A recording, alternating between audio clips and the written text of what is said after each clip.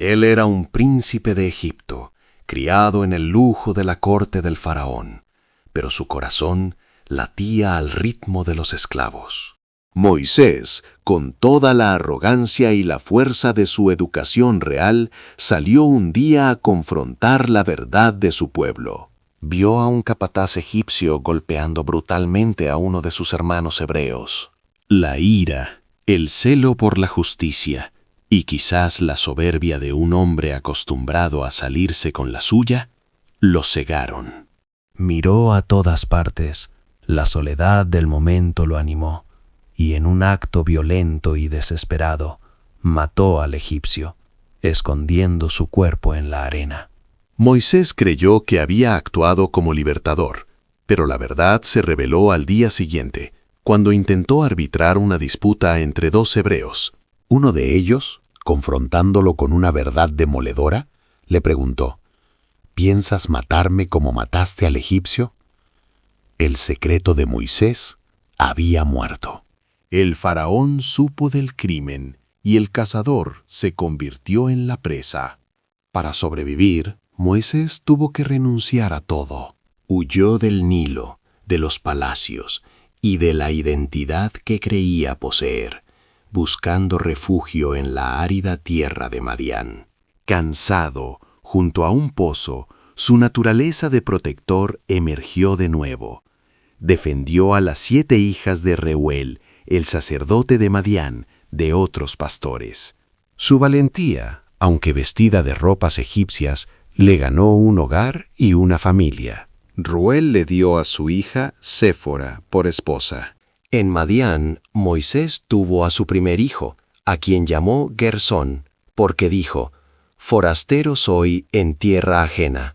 Y mientras Moisés vivía su exilio pastoral, el pueblo de Israel gemía y clamaba a Dios, y el clamor subió hasta el cielo.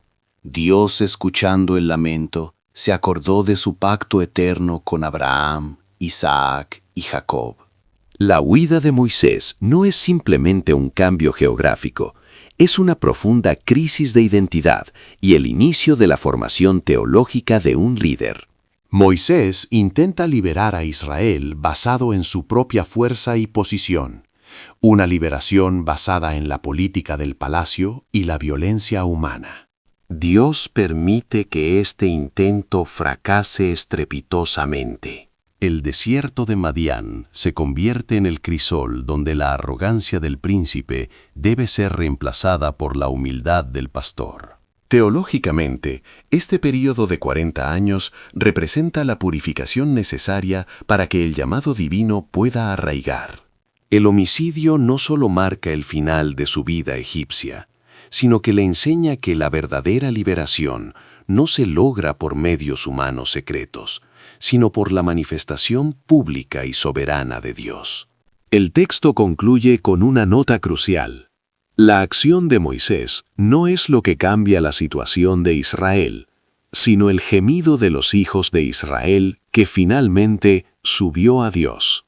Y en respuesta, Dios no actúa al azar, sino que se acordó de su pacto con Abraham, Isaac y Jacob.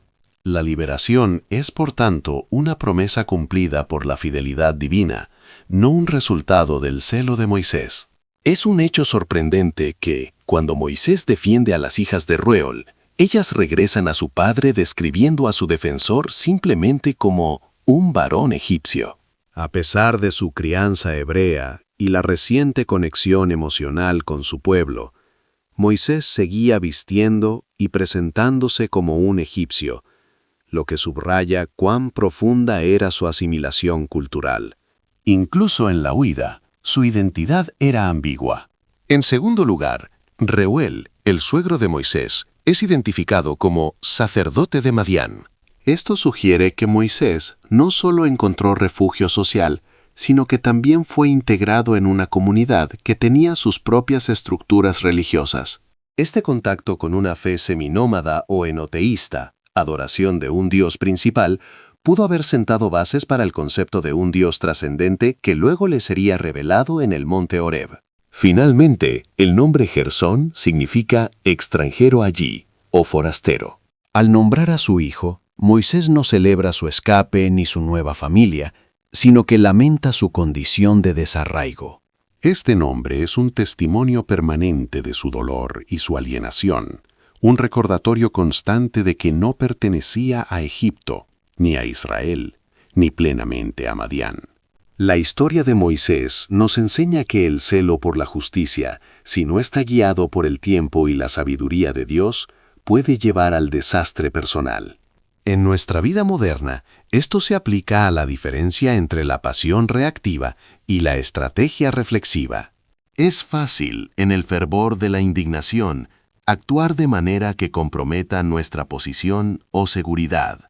La lección práctica es: la intención de hacer el bien debe estar acompañada de la disciplina de la espera. Además, la huida a Madián nos confronta con la necesidad del desierto en nuestras vidas. Al igual que Moisés tuvo que pasar 40 años lejos del poder para desaprender la mentalidad de príncipe, a menudo requerimos periodos de aislamiento, anonimato o fracaso, nuestros propios Madián, para despojarnos de nuestras viejas fuerzas y prepararnos para la vocación verdadera. No huyas de la soledad forzada. Es en ese silencio donde Dios remodela al líder.